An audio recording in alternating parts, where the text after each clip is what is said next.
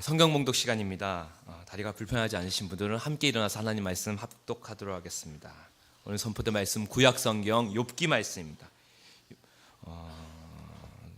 두 군데를 읽겠습니다. 욥기 38장 1절에서 3절 말씀, 그리고 42장 1절에서 6절 말씀 우리 함께 읽도록 하겠습니다. 먼저 38장 1절에서 3절 말씀 우리 함께 받들어 올리겠습니다.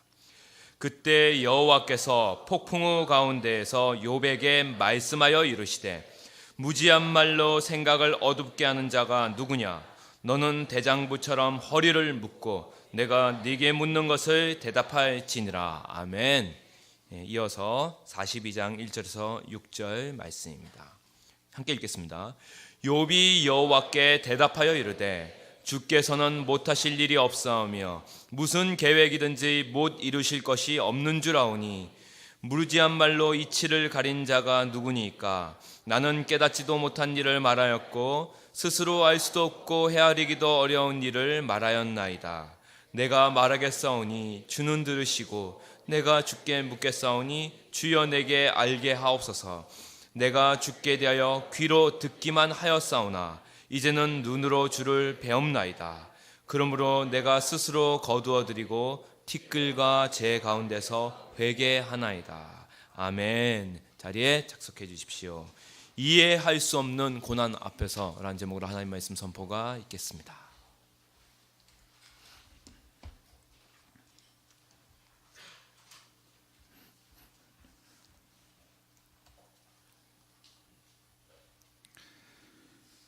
지난주 수요일 오후 5시 40분경 갑작스러운 조복래 집사님의 소천 소식을 듣고 맨 처음 든 생각은 이건 사실이 아닐 거야, 좀 더 확인해 봐야겠다 하는 생각이었습니다. 확인해 본 후에 성도들에게 소식을 알려도 늦지 않겠다 하는 생각이었습니다.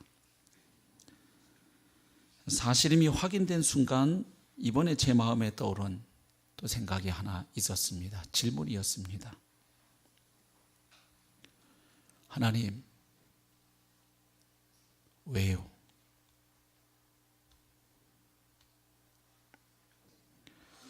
경기도 화성에서 서울 강서구 화곡동까지 그 왕복 100km의 거리를 매주 늦지 않고 기쁨으로 달려오셔서 예배드리던 집사님,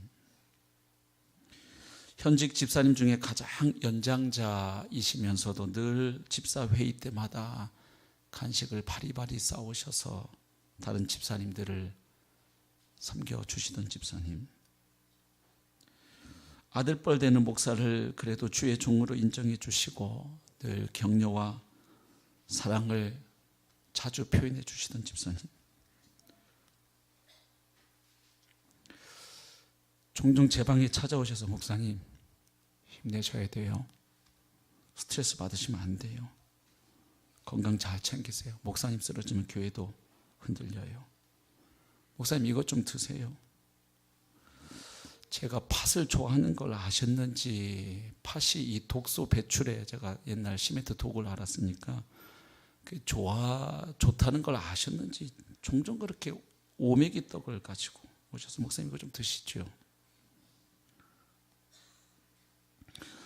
70을 바라보는 나이이심에도 어린아이같이 아주 순수한 마음으로 말씀을 받고 해맑게 웃으시던 집사님, 건설 현장에서 일하시면서도 늘 새벽 5시면 어김없이 일어나셔서 말씀 읽고 기도하신 후 하루 일과를 시작하던 집사님, 또 고단한 하루 일과를 마친 후에는 또 자매님과 함께 앉아서 찬송하고 기도하고 가정 예배를 거의 빠지지 않고 드리던 집사님, 대표기도 순서가 돌아오실 때마다 하나님을 향해서 아버지 기탄 없이 부르시던 집사님, 담임 목사가 젊다 보니까 혹시나 교회 어르신들에 대한 관심과 또 배려와 섬김이 소홀해질 것을 염려하셔서 누구보다 일목연을 위해서 늘 염려하고 신경을 많이 쓰시던 집사님. 그 투박한 말투와는 다르게 가슴이 참 따뜻하고 비단결 같으셨던 집사님. 교회 근처로 이사 오고 싶으셔서 집을 내놓으신 후에 집이 빨리 안 나가니까 목사에게 찾아와서 목사님 좀 집 빨리 나가도록 세게 좀 기도 좀 해주세요. 부탁하던 집사님. 지난주일 극동방송 공개방송 녹음 때도 함께 울고 웃고 했던 집사님. 하나님, 왜 그런 조 집사님이 이렇게 갑자기 우리 곁을 떠나야 해요? 더구나 생신날에요? 퇴근하신 후에 자매님과 맛있는 거 드시기로 약속하고 출근하셨다는데 그 저녁 한 끼도 못 먹고 데려가셔야 했어요.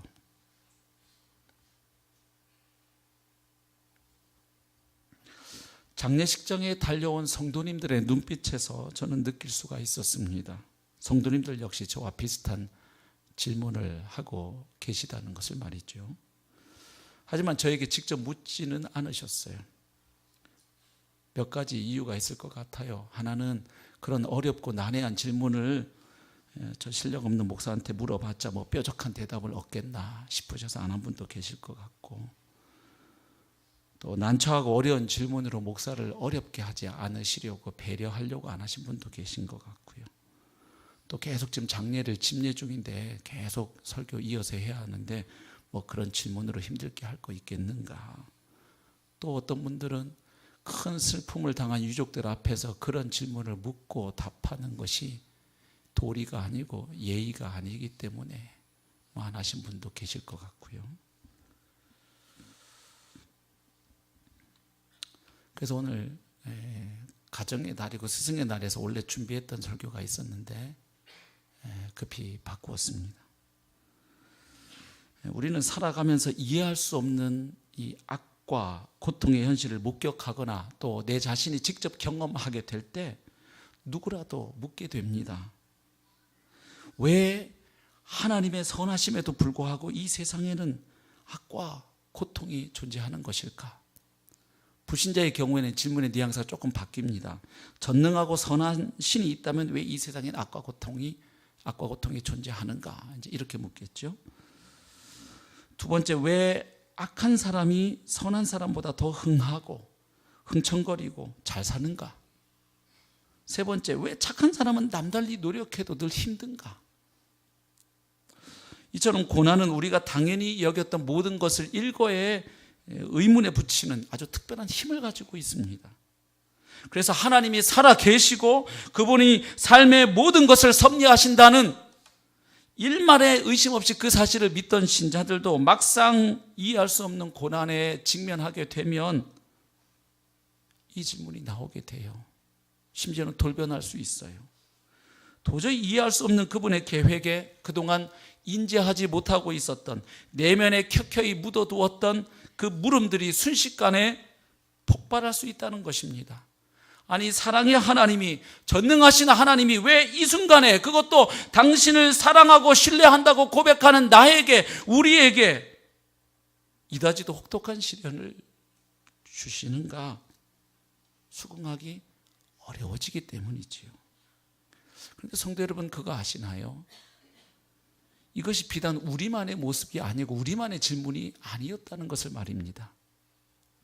성서에 나오는 위대한 믿음의 용사들도 이 문제에 관한 한 예외가 아니었습니다. 구름같이 허다한 그 믿음의 증인들도 그러했습니다. 우선 다윗을 비롯한 시편의 기자들에게서 이것을 쉽게 확인할 수 있습니다. 시편 1절입니다. 여호와여, 어찌하여 멀리 서시며 어찌하여 환난 때에 숨으시나이까? 질문하고 있죠. 좀 더 실감나는 현대어로 번역하면 이렇습니다. 주님, 어찌하여 주께서는 그리도 멀리 계십니까? 어찌하여 주께서는 우리가 고난받을 때에 뒤로 숨어 계십니까? 13편 1절, 여호와여, 어느 때까지니까? 나를 영원히 잊으시나이까?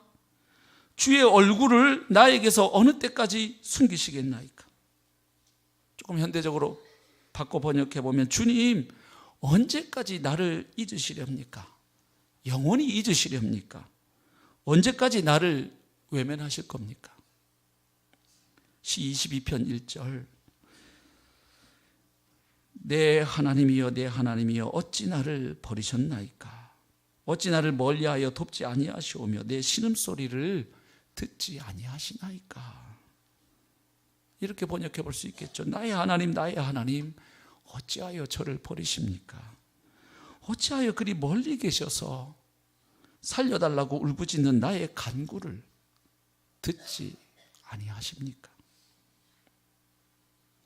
시 73편에서 아삽은 악인이 형통하는 현실을 보고 거의 믿음을 잃어버릴 뻔했다고까지 고백을 합니다. 시 73편 1절, 하나님이 참으로 이스라엘 중 마음이 정결한 자에게 선을 행하시나 나는 거의 넘어질 뻔하였고 나의 걸음이 미끄러질 뻔하였으니 이는 내가 악인의 형통함을 보고 오만한 자를 질투하였음이로다.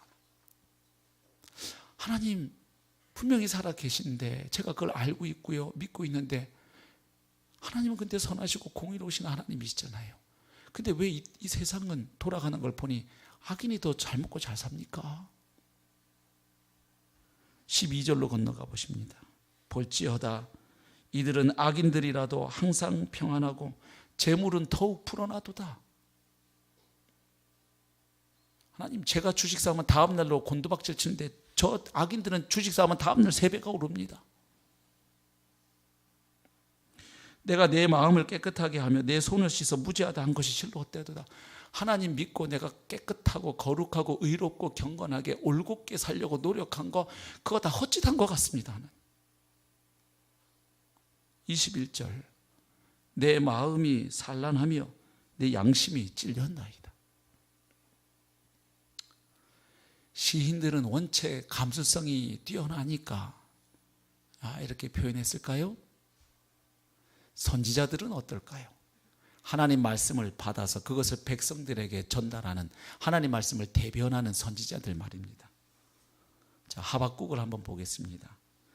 하박국이 당시에 말이죠, 백성들 마음속에 부글부글 끓고 있는 그 불평과 의혹을 근데 누구도 대놓고 못 물어요. 그런데 이 하나님의 사람이라는 선지자가 대놓고 하나님 앞에 묻습니다. 그래서 이렇게 읽으면 불경스러워 보여요. 이러다가 이거 벼락 맞아 죽으려고 선지자가 딴 사람도 아니고 작심했나 싶을 만큼, 걱정이 될 만큼 아주 직설법으로 묻습니다. 하박국 1장 2절 시작하자마자입니다. 여호와여 내가 부르짖어도 주께서 듣지 아니하시니 어느 때까지리이까? 내가 강포로 말미암아 외쳐도 주께서 구원하지 아니하시나이다.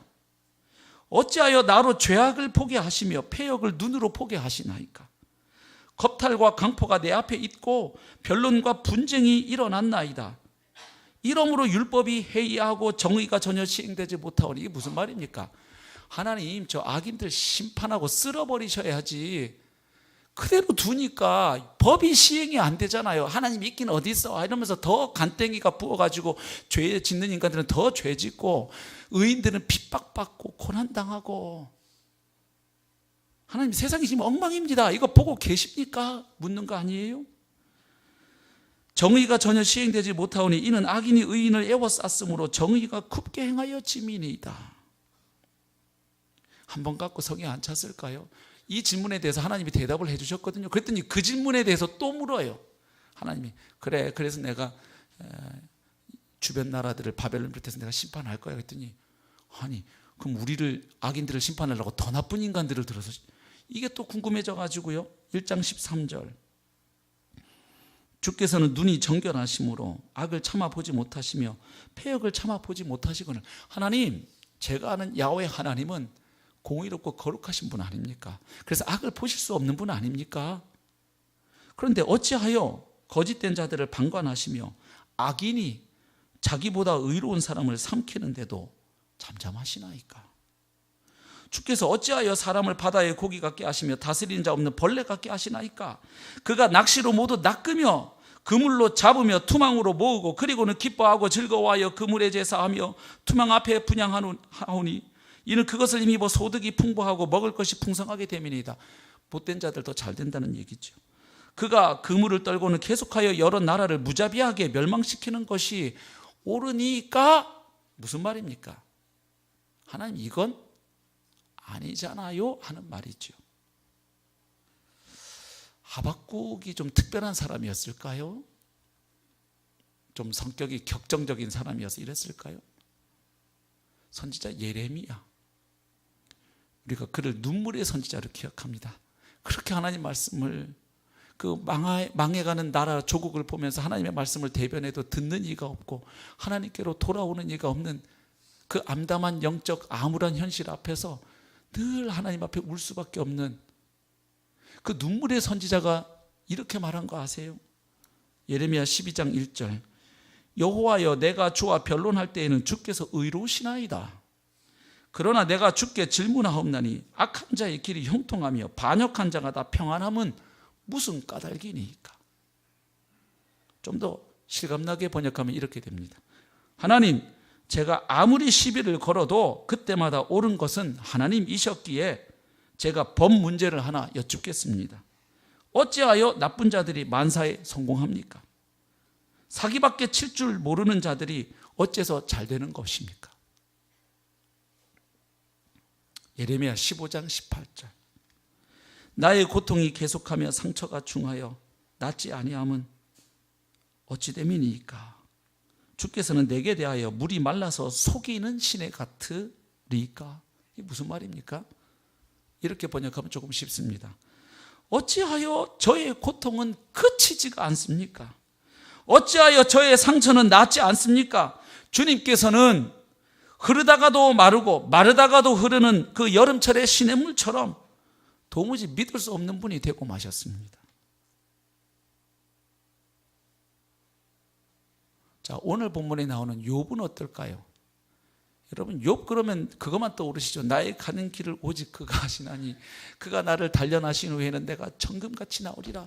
주신 자도 여호와시요 취하신 자도 여호와시니 그가 찬송을 받으실지라. 예, 그 고백, 욥의 고백 맞습니다. 그러나 동시에 욥이 그 입으로 이런 말도 했어요. 욥기 13장 18절 이 욥이 자기를 와서 위로한다고 와놓고서는 계속 이렇게 비난하고 공격하는 친구들 때문에 결국은 이제 자기의 무죄를 뭐합니까? 이 변호합니다. 변명을 하지요. 무죄를 주장하면서 이렇게 말해요. 욥기 13장 18절 보라 내가 내 사정을 진술하였거니와 내가 정의롭다 함을 얻을 줄 아노라. 이게 무슨 이야기입니까? 나는 내가 죄 없다는 확신이 있다 이 말이에요. 욥기 19장 6절 하나님이 나를 억울하게 하시고 자기 그물로 나를 애워 싸신 줄을 알아야 할지니라. 그러니까 나를 궁지로 몰아넣으신 분이 하나님이고 나를 그물로 덮어 씌운 분도 하나님이시다. 이렇게 말하고 있는 거예요. 결국 또 욥기 9장 22절 그 앞에서는 또 무슨 말을 했냐 하면 욥이 일이 다 같은 것이라 그러므로 나는 말하기를 하나님이 온전한 자나 악한 자나 멸망시키신다 하나니. 무슨 이야기입니까? 욥의 친구들이 와서 욥을 공격한 게 이겁니다. 처음에는 위로하다가 근데 이 욥의 친구들 입장에서 이해가 안 가는 거예요. 왜냐하면 욥의 친구들은 이 신명기적 관점을 가지고 있었어요. 신명기가 말해주는 게 뭐냐 하면 이스라엘 백성들에게 하나님이 크게 두 가지 말씀하시잖아요.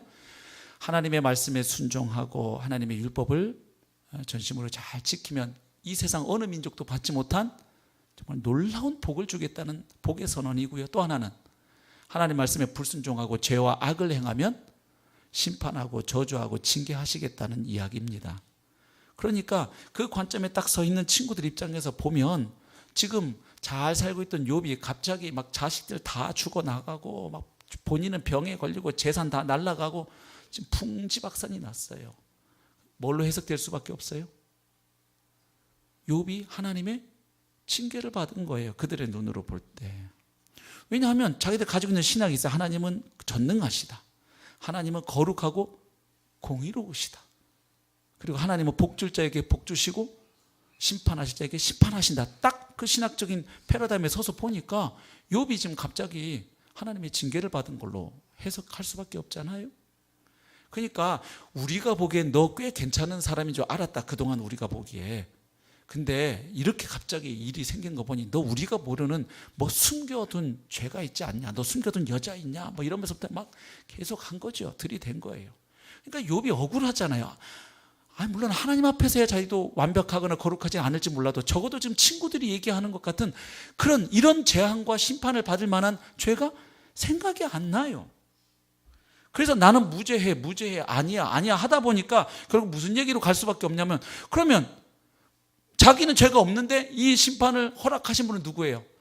하나님이니까. 그럼 결국 욥이 니네 말대로 하나님은 의로운 자에게 복을 주고 악인에게 심판하시는 분인 줄 알았는데, 이렇게 보니까 의인은 나에게도 이렇게 재앙을 주시는 거 보니 하나님은 결국 온전한 자나 악한 자나 다 그냥 멸망시키시는 분인 것 같다, 이렇게 얘기하는 거예요. 욥기 13장 24절 25절은 이렇게 또 말하죠.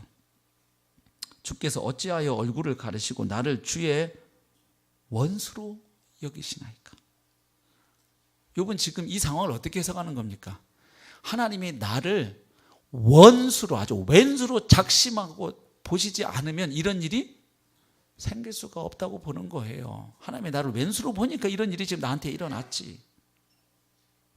주께서 어찌하여 날리는 낙엽을 놀라게 하시며 마른 건물을 뒤쫓으시나이까.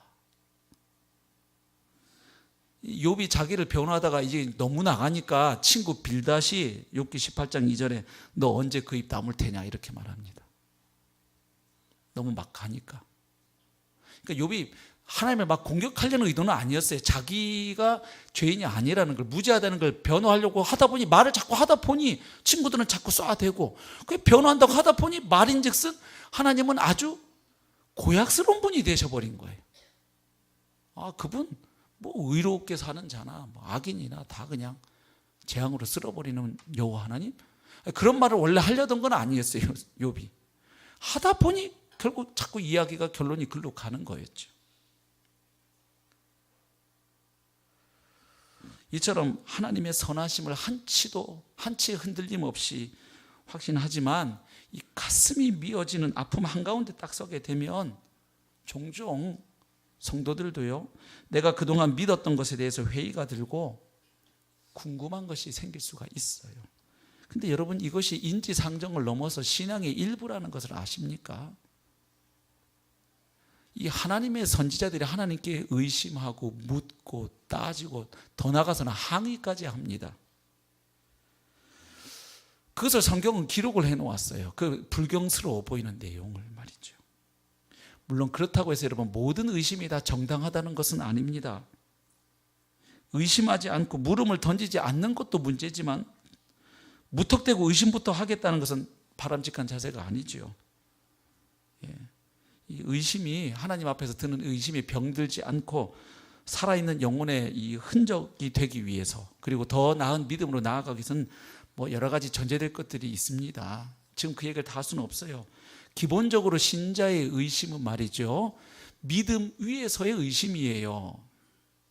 그래서 의심보다는 믿음이 우선합니다. 의심에서 출발하면 믿음에 이를 수가 없어요. 그런데 믿음은 의심을 경유해서 다시 더 큰 믿음으로 나아가게 되어 있지요. 이 근대 철학의 아버지인 이 데카르트가 확실성을 얻기 위해서 뭘 내세웠냐면 소위 모든 것을 의심한다는 방법론적인 회의를 제시했어요. 새로운 학문의 방법론으로. 그러니까 이게 다 불확실하다는 거예요, 세상 돌아가는 게. 그런데 확실한 게 없을까 캐고 해보니까 그 모든 것을 의심하고 있는 누구, 의심하고 있는 주체로서의 나, 이거는 부정을 못하겠다라는 거죠. 근데 여러분, 모든 것을 의심하려는 사람이 의심까지도 의심하는 데 이르지는 않습니다. 뭔 소리인지 좀 알쏭달쏭하시죠. 의심하는 이 논리가 이미 확실성을 전제하고 있어요. 그래서 그런 의심으로는 믿음으로 나아갈 수 없지요. 그러나 믿는 자에게도 의심이 일어날 수 있어요. 근데 그것은 믿음 위에서의 의심이 뭐냐 하면 여러분, 아예 하나님이 안 계신다고 믿는 무신론자면 이런 현실 앞에서 이런 의문을 하나님께 던질 필요가 있을까요, 없을까요? 없죠. 하나님 신은 없으니까 세상은 난장판이 되어도 물을 필요도 없는 거예요. 근데 왜 하나님을 믿는 사람들이 묻게 되냐 하면, 하나님 계시다고 믿고, 그리고 계신 그 하나님은 전능하시고 선하신 하나님이라고 믿는데 이해하기 힘든 일이 일어나니까 그 하나님께 묻는 거예요. 아빠 엄마가 없다고 생각하는 사람은 아빠 엄마에게 안 물어요. 근데 아빠 엄마가 계신데 아빠 엄마가 하는 어떤 행동이 내가 볼 때 이해 안 되니까 아빠 그건 왜 그래? 하고 묻는 거지요. 유일신을 말하기 때문에 하나님께 물어요. 우리가, 여러분, 기독교가 다신론이면 하나님께 물을 필요가 없는 거 아세요?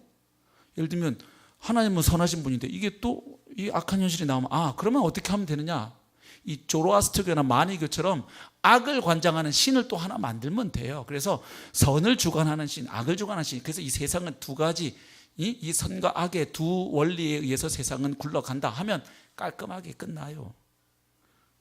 또 그리스 신화에 나오는 그 불화의 신 같은 것을 들어서 설명하면 돼요. 근데 성경은 말하거든요. 하나님은 유일하신 창조주, 하나님, 전능하시고 선하신 그 하나님 밖에 없다고 이야기하니까 그 하나님께 물을 수밖에요. 하나님, 이건 뭐죠 그러면? 그래서요, 우리가 보기엔 이 불경스러워 보이는 질문들을 하나님의 사람들이 했어요. 더 놀란 건 뭐냐, 이런 질문을 한 사람들이 벼락 맞아 죽지를 않았어요.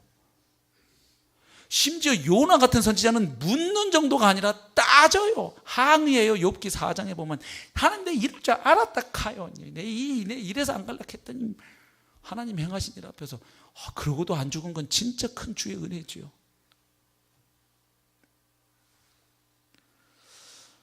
이 고난의 신비에 대해서 우리가 다 알 수 없기 때문에 인간이 하나님께 물을 수밖에 없다는 것을 하나님은 아십니다.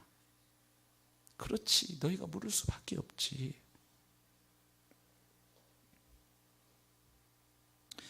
이게 의심과 질문이 성경 이야기로만 그치지 않아요. 아주 대단했던 철학자인 그 니콜라스 월터 스토프가 사랑하는 아들을 잃습니다. 그리고 절망에 빠져요. 자식을 아비의 손으로 묻어야 하는 참담함에 직면해서 그 세계적인 대철학자가, 나 자신도 내가 뛰어난 철학자임에도 영문을 알 수 없는 고난으로 인해 내가 많은 시간 좌절하고 상처를 받았다, 이렇게 고백했어요. 가톨릭에서 여성 최초로 교회 박사라는 칭호를 받은 이 아빌라의 테레사 수녀, 참 성녀라고 일컬어지는데 이 합리주의자면서도 신비주의자로 잘 알려져 있어요. 한 번은 이 테레사 수녀님이 방심해 갖고 마차에서 떨어졌대요. 근데 하필이면 그곳이 진흙탕이었어요. 그래서 은근히 화가 나셨어요. 아마 제 생각에 그날 수녀복을 하얀 걸 입지 않으셨을까? 검은 거 아니고, 몰라요. 아무튼 근데 이 성녀란 이름에 걸맞지도 않게 별것도 아닌데 하나님께 따졌대요. 그랬더니 하나님이 대답하시기를, 이것이 내 모든 친구들을 다루는 방법이란다. 그래서 테레사 수녀가 자기가 이렇게 대답했대요. 그렇군요, 주님. 당신에게 그렇게 친구가 없는 것이 그리 놀랄 만한 일은 아니군요.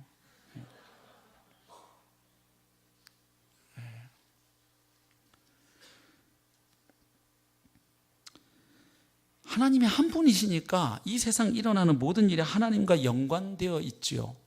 그러면 악과 고난도 마찬가지지요. 그러니까 질문하게 되는 거예요. 하나님을 사랑하니까. 사랑하지 않는 사람은요, 분노도 없어요. 부부간의 애정이 완전히 식어버리면 부부싸움 안 해요. 소 닭 보듯 하지요. 그러면 이렇게 하나님 앞에 질문을 했던, 의심하고 묻고 또 더 나아가서 따지기도 했던 이 사람들은 어떻게 답을 얻었을까요? 이게 궁금해가지고 저도 이번 주에 다시 금요일부터, 물론 장례 설교는 계속 부활의 소망을 선포하기 위해서 그쪽 준비하면서도 천천히 틈틈이 이제 욥기부터 시작해서 이제 읽게 됐죠. 욥기를 보면 처음에 이제 1장, 2장 서론이 나오고 나머지 3장부터 계속 욥과 친구들 사이에 계속 주고받는 논쟁입니다. 계속 말싸움하는 거예요. 그러다가 이제 드디어 결론부가 나오는데 그게 38장부터 42장입니다. 근데 욥이 그렇게 억울해서 야, 하나님이 좀 내 입장을 좀 대변해 줬으면 좋겠다. 막 나중에 친구들 말에 자꾸 밀리니까 막 하다가 이게 나중에 이제 말이 옹색해지고 친구들은 막 돌아가면서 막 공격을 해대니까 나중에 뭐라 그러냐면 욥이 31장 35절 보면 이렇게 호소해요. 35절 누구든지 나의 변명을 들어다오 나의 서명이 여기 있으니 전능자가 내게 대답하시기를 바라노라. 나를 고발하는 자가 있다면 그에게 고소장을 쓰게 하라. 하나님이 좀 대답했으면 좋겠다. 그런데도 하나님이 상당 시간 침묵하셔요. 이 하나님의 침묵이라는 화두도 이 종교철학에서 굉장히 어려운 주제입니다. 하나님의 침묵이 무엇을 의미하는가 굉장히 많은 거기 또 학설과 이론이 있는데 아무튼 그러다가 드디어 38장 오늘 본문 오십시오. 이제 드디어 하나님이 이 서로 논박하고 있는 욥과 그의 친구들 이 대화에 하나님이 끼어드십니다. 1절 그때 여호와께서 폭풍우 가운데에서 욥에게 말씀하여 이르시되 무지한 말로 생각을 어둡게 하는 자가 누구냐? 너는 대장부처럼 허리를 묶고 내가 네게 묻는 것을 대답할지니라.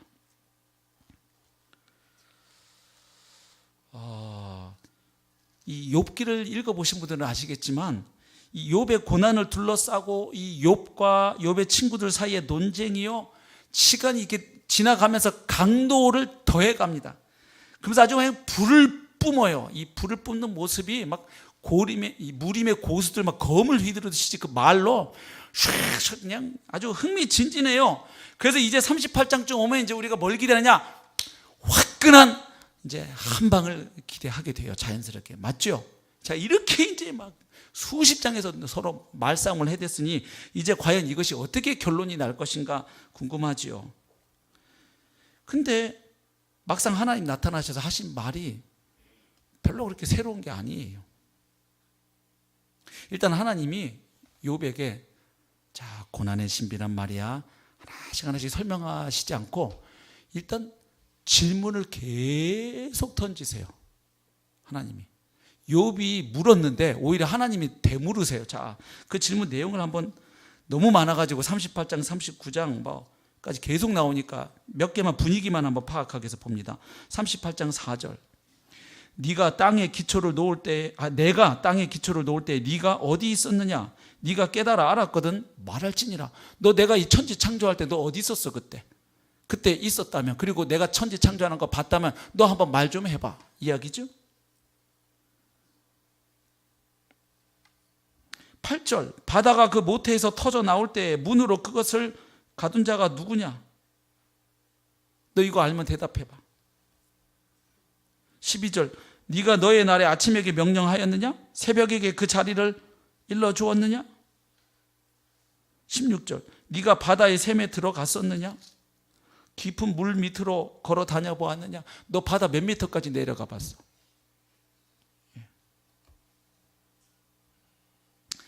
그 다음에는요 뭐 막 짐승 얘기도 하세요. 하나님이 이 인간의 지혜로 종잡을 수 없는 것들을 막 얘기하는데 뭐 타조도 나오고 악어도 나오고 말 막 동물의 왕국 시리즈에 보면 그러다가 또 갑자기 또 화자가 바뀌어갖고 막 별, 구름, 막 안개 같은 막 천문학, 기상학 이쪽으로 또 넘어가요. 그래갖고 너 이거 알아? 이거 알아? 그런 거 하나도 제대로 모르는 피조물이 어떻게 너 감히 하나님의 섭리와 경륜에 대해서 입 열렸다고 왈가왈부할 수 있니? 그게 말이나 되니? 뭐 이런 이야기예요.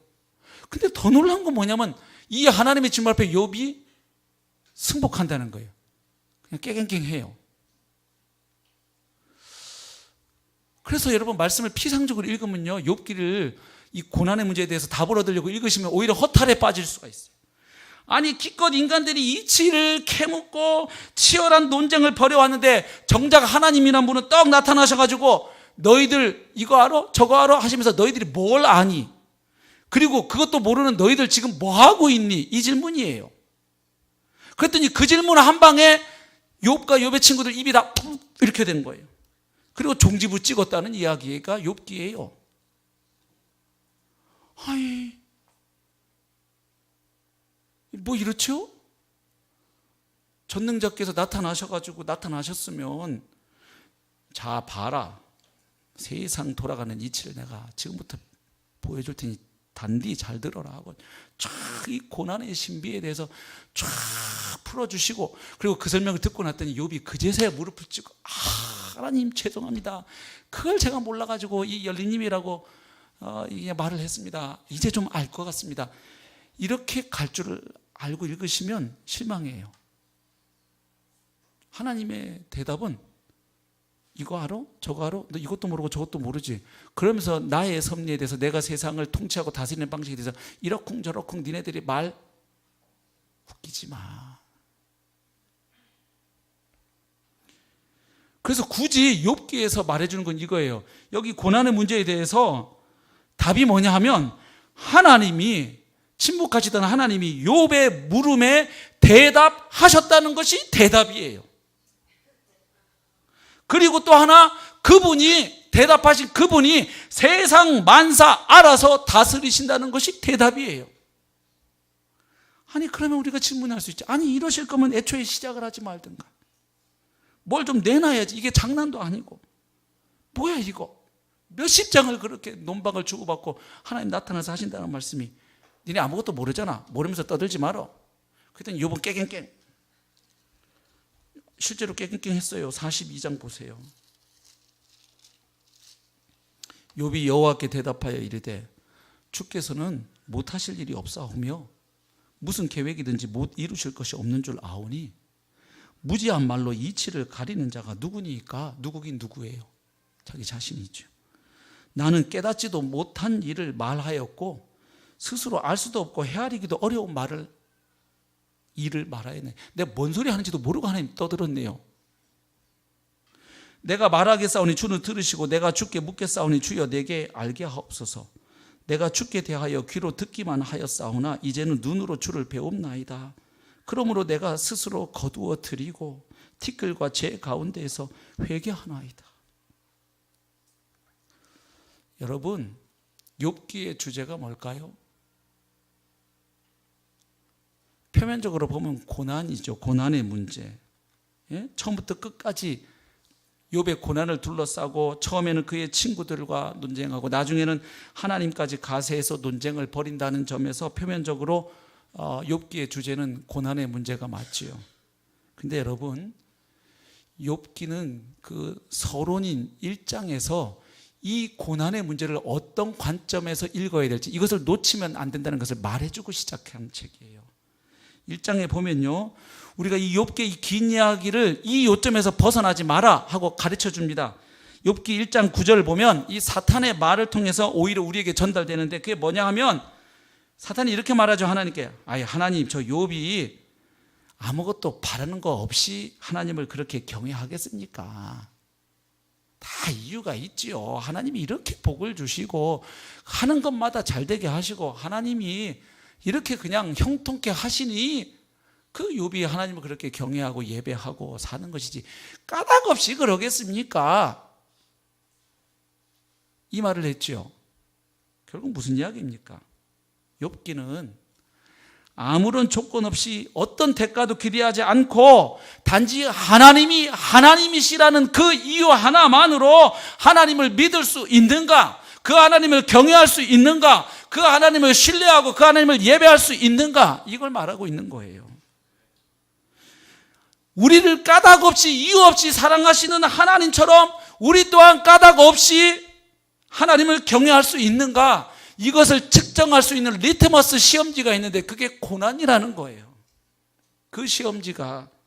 그래서 하나님을 대면하여 2장 5절에 나오는 것처럼 욕을 하든가, 아니면 2장 9절에 나오는 것처럼 그 고난 중에도 믿음의 순전성을 끝까지 굳게 지킬 것인가, 바로 이 고난의 때에 그 진정성이 드러난다는 이야기입니다. 그래서 욥기의 주제는요, 단순히 그냥 고난이나 고통의 문제만이 아니에요. 내가 상처받을 때 하나님 어디 계신가, 바로 이 문제를 다루고 있어요. 결국 욥기의 주제는 고난을 이야기하면서도 결국은 믿음이에요. 이런 고난 중에도 과연 하나님을 믿을 수 있는가? 하나님은 여전히 믿을 만한 분이신가? 이것입니다. 그런데 욥기에서 결론이 뭐였어요? 욥이 어떻게 대답을 얻은 거예요? 자신의 질문에 대해서 하나님이 나타나셔서 대답을 하셨다는 것. 그리고 그분은 내가 태어나기도 전에 온 우주 만물을 창조하신 창조주. 그리고 창조하신 때부터 지금까지 이 온 우주 만물을 그분은 손에 붙잡고 다스리고 통치하는 분. 그리고 그분이 세상을 경영해 가지고 다스리시는 것은 내가 아무리 부분적으로 보고 머리를 짜내서 분석하고 파악해도 도무지 그 끝을 다 알 수 없는, 쉽게 말하면 오리무중의 하나님. 그래서 인간의 어떠한 지혜나 지식, 신학으로, 논리와 철학으로 규정짓고 제한할 수 없는 분이 하나님. 하나님은 자유로우신 분이죠. 인간의 신학에 갇히는 분이 아니라는 거예요. 하나님이 의로운 자에게 복 주시고 죄인들에게 심판하시는 것도 하나님이지만, 신명기에 나온 것처럼. 그런데 그래서 욥의 친구들은 그 신학을 붙들고 그걸 만병통치하러 여기고 모든 세상의 현실을 설명하는 툴로, 도구로 삼았는데, 문제는 뭐냐? 그 신학이 욥의 경우에는 해당이 되지 않는다는 거예요. 설명해 줄 수 없다는 거예요. 그래서 욥이 그거를 항변하면서, 그래서 하나님은 의로운 자도 멸하시고 뭐 악한 자도 멸하시는 그 이상한 신론으로 또 빠져버린 거예요. 그러니까 이해할 수 없는 어떤 현실을 가지고 인간이 서로 이 말 저 말 하면 결국은 하나님 그분의 그림에서 이상한 것들이 결국 논리적으로 나오게 되는 것이죠. 근데 우리의 그러한 궤변과 여러 이론과 학설과 신학에 하나님이 갇히어서 옴짝달싹 못하는 그런 신이 아니라는 거죠. 그래서 너희는 하나님의 그 주권과 섭리를 다 이해할 수 없다. 내가 말해도 다 못 알아듣는다는 거죠. 하루살이한테 제일 심한 욕이 뭔지 아십니까? 저녁에 헤어지면서 우리 내일 또 놀자 이러는 겁니다. 근데 그 하루살이에게 500년 전에 조선시대에 있었던 이야기를 얘기하고 앞으로 100년 뒤에 있을 일을 얘기하면, 포인트는 이겁니다. 하나님이 고난에 대해서 답을 다 설명해 주시니까 욥이 깨닫고, 아이고 하나님 이제는 제가 입을 닫게, 이게 아니고 욥에게 답은 뭐였냐면 하나님 그분이 답이셨어요. 뭐냐면 욥이 이렇게 고백합니다. 42장 5절, 내가 주께 대하여 귀로 듣기만 하였사오나 이 고난을 겪고 하나님을 만나기 전에는 제가 하나님을 멀리 알았습니다. 여러 가지 주소 들은 걸로 알았고 내 나름대로 경험한 그 몇 가지 조합해가지고 하나님은 이런 분이실 거야, 이런 분이셔, 제가 그렇게 하나님을 알고 있었는데 이번에 하나님 앞에 서서 직면하여 하나님의 질문을 받고 그 앞에 제가 서 보니 이제는 눈으로 주를 배웁나이다. 하나님의 임재 앞에 선 거예요. 그러므로 내가 스스로 거두어 드리고 티끌과 제 가운데서 회개하나이다. 이게 욥의 경우만 이랬을까 싶어서 하박국을 가보니까요, 하박국도 1장 2장에서 계속 어떻게 하죠? 하나님께 의심하고 묻고 따지고 항의하다가 3장 가니까 갑자기 하박국이 어떻게 해요?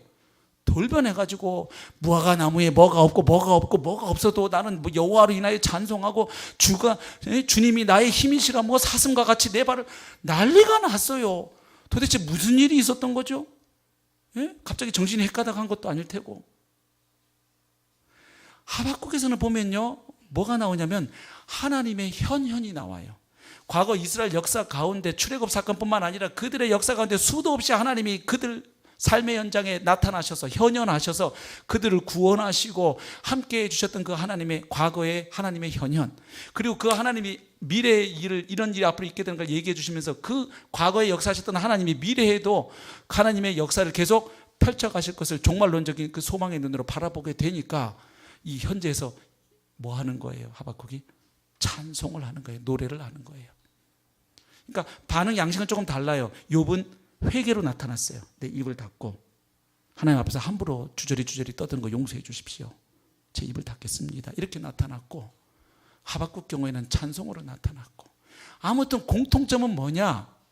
하나님이 이 질문을 던지는 자들에게 나타나서 미조알, 고조알, 고난에 대해서 다 풀어주고 설명해 줄 거니까 듣고 이해가 되어서 예, 알았습니다. 이렇게 된 게 아니고, 하나님 그분의 현존 앞에 딱 서서 그 전에는 알지 못하고 깨닫지 못하고 누리지 못하고 경험하지 못했던 하나님 앞에 서니까 그 의심이 싹 사라져 버리는 거예요. 그래서 하나님의 대답이 대답이었고 하나님의 현현이 대답이었어요. 다시 말하면 하나님 그분이 답이었어요. 고난에 대해서 많은 설명 내용이 답이 아니라 천지를 창조하신 하나님, 온 우주를 붙들고 계신 그 하나님 앞에 피조물인 인생이 서니까 끝난 거예요.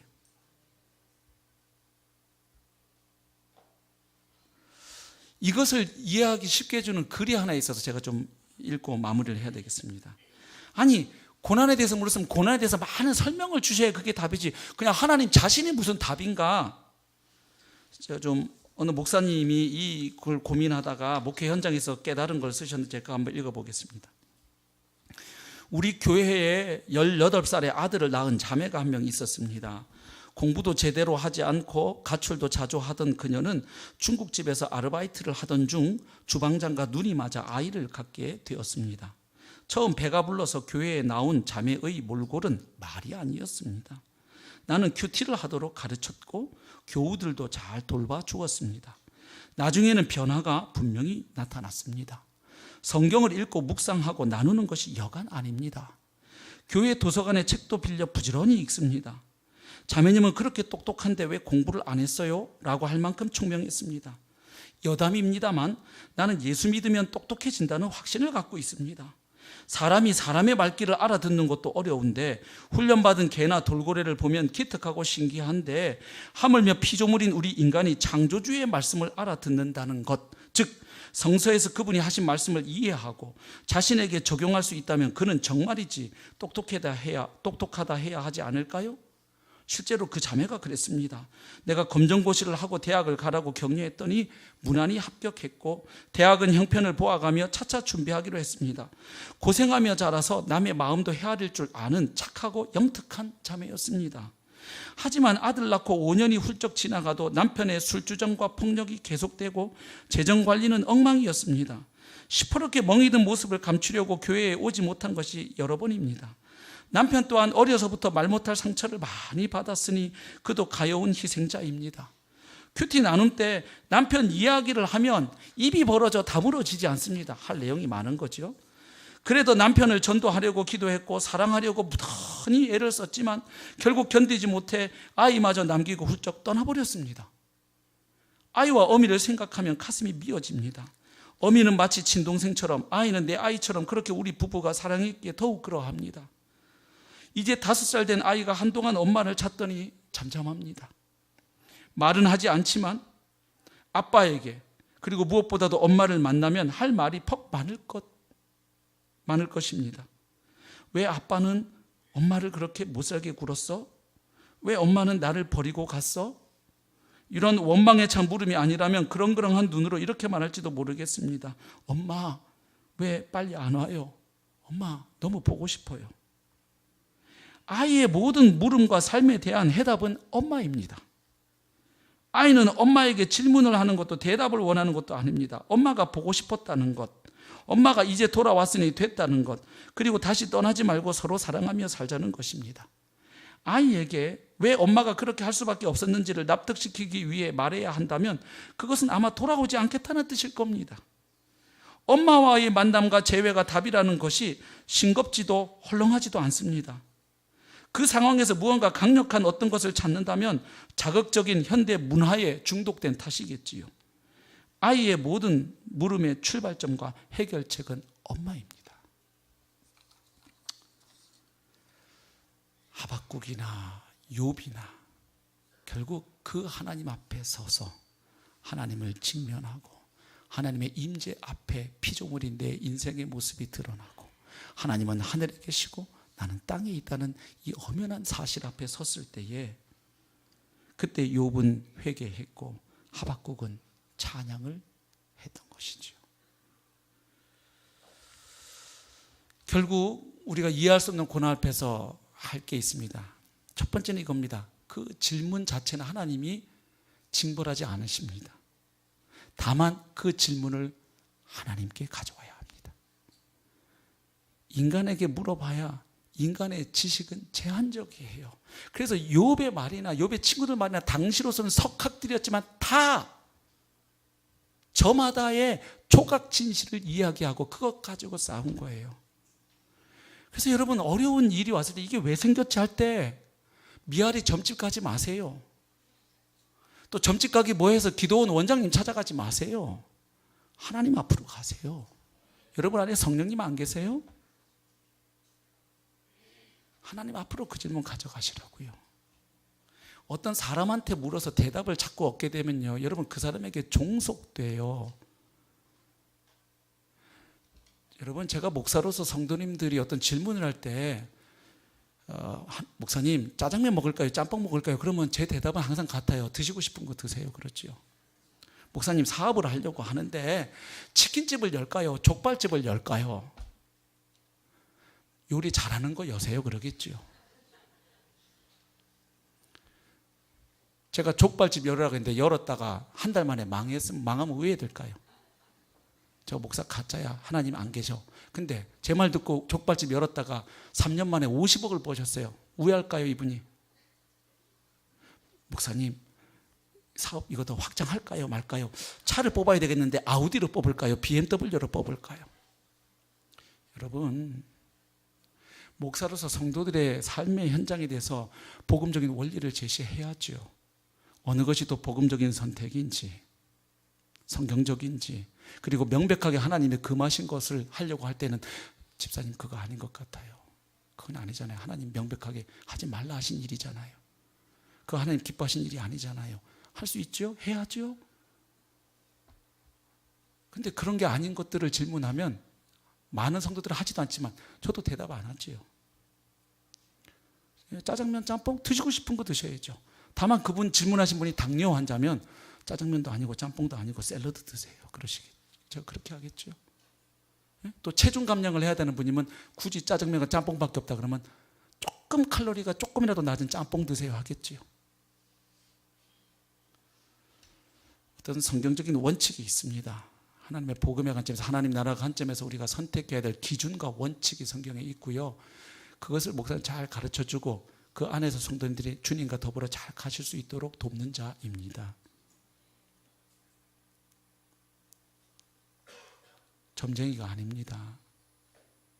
몰라서도 대답을 못하지만 제가 알면 더더욱 대답을 못하겠습니다. 그러면 여러분은 저에게 자꾸 올 거예요. 누구에게 가야 될 내용을?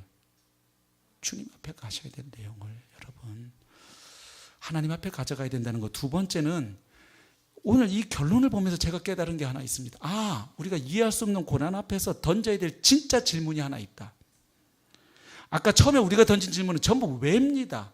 왜 악한 자가 잘 되는가? 왜 선한 사람이 힘든가? 왜 하나님은 선하시고 공의로우신데 이 세상은 이런가? 전부 왜입니다. 근데 이상하게 하나님이 하박국에게도 욥에게도 시편 기자들에게도 다윗에게도 그 왜에 대한 설명을 쫙 풀어주질 않으셔요. 그런데도 이상하게 그들은 해답을 얻었다는 거예요. 그리고 달라져요. 나중에 다 찬양을 하고 있고. 이게 뭘까?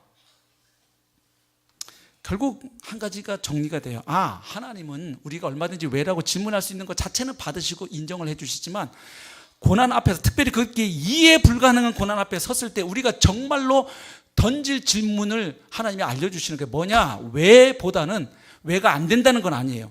왜가 아예 안 되면 제가 이렇게 말할 거예요. 왜가 아니라 어떻게인데, 왜라기보다는 왜도 던질 수 있어요. 하나님 사람들 다 던졌으니까. 근데 더 중요한 질문은 어떻게 해요?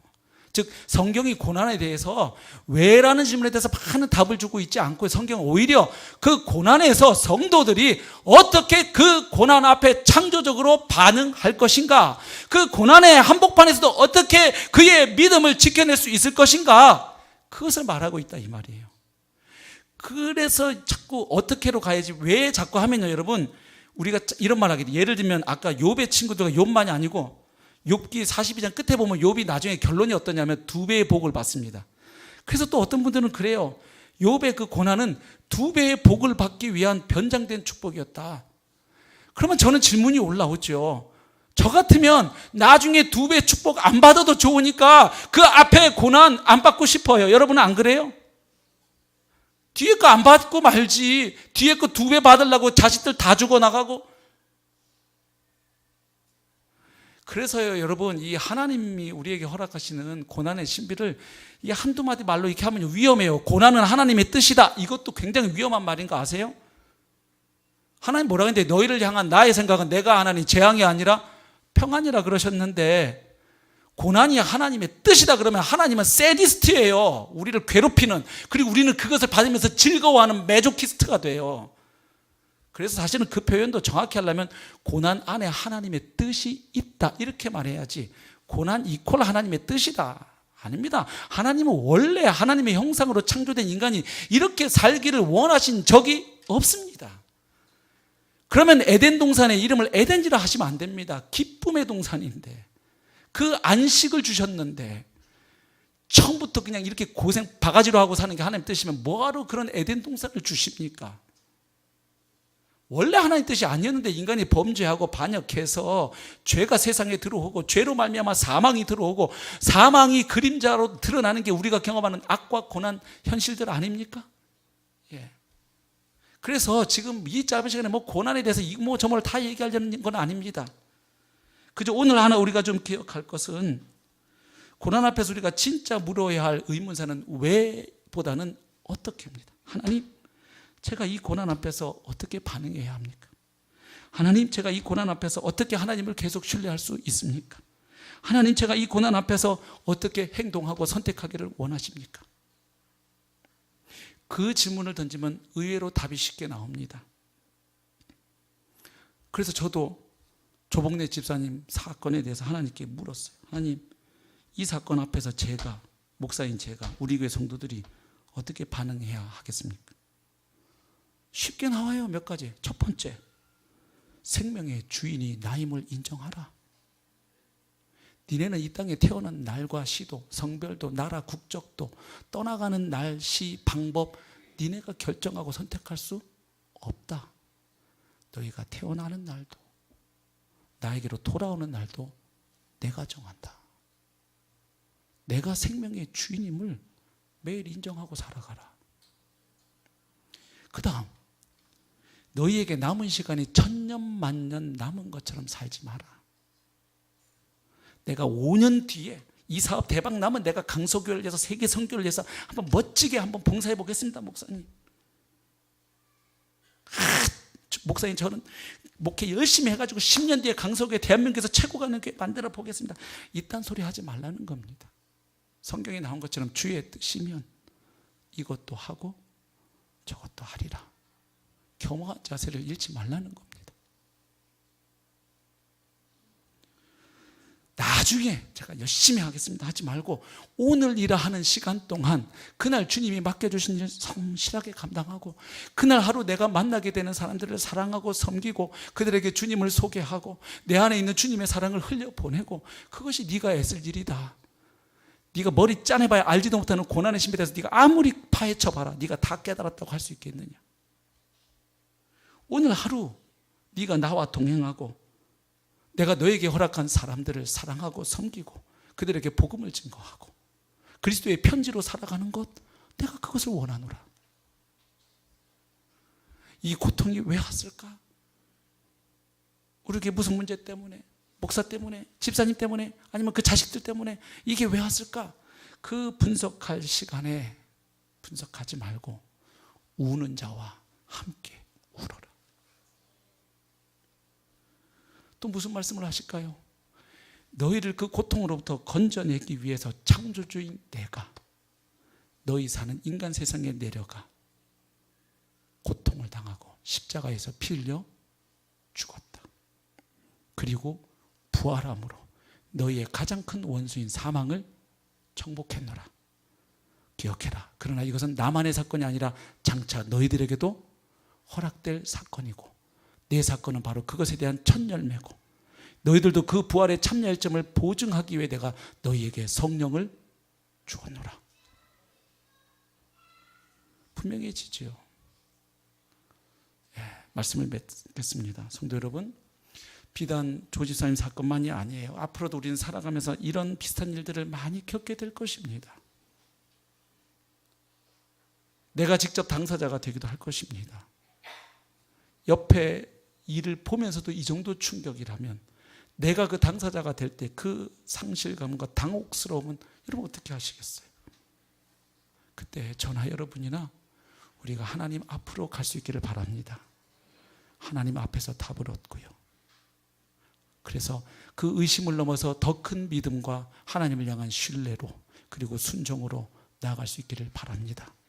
기억할 것은 늘 과거에 역사하셨던 하나님, 그리고 그 하나님의 미래도 역사하실 것을 믿는 종말론적인 소망을 가지고 오늘 우리는 현재 이곳에서 주님과 동행하고 그분을 신뢰하고 찬송하고 복음의 증인으로 살아가는 것이 오늘 우리에게 목숨이 주어진 이유이라고 믿습니다. 이걸 잘 감당할 수 있기를 바랍니다. 장례 다 마치고 금요일 날 저녁에 김홍진님하고 통화가 되었습니다.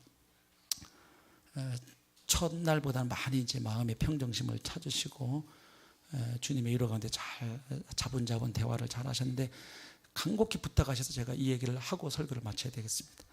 목사님, 우리 사랑하는 강서교회 성도들께, 지체들에게 설교 중에 꼭 너무너무 감사했다고 꼭 좀 전해 주십시오.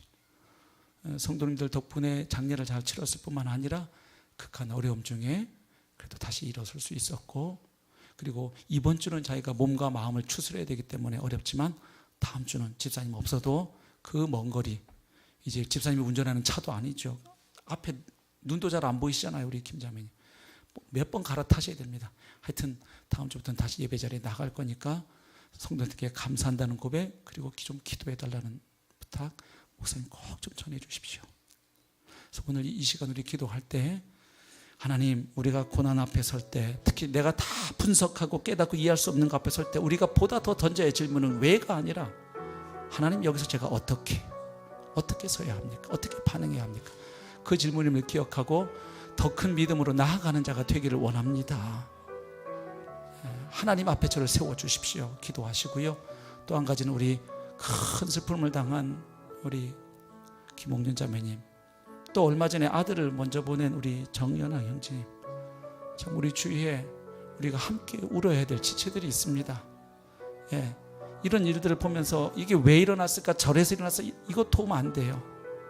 그저 하나님 앞에서 우리는 겸손하게 하나님의 주권을 인정하고 서로 사랑하고 함께 울고 함께 웃고, 이 순례의 길, 이 믿음의 여정 끝까지 더불어 함께 잘 걸어가는 우리 사랑하는 강서 공동체가 될 수 있기를 소망합니다. 축복, 그렇게 쓰임 받으시기를 간곡히 축복합니다. 우리 함께 기도하겠습니다.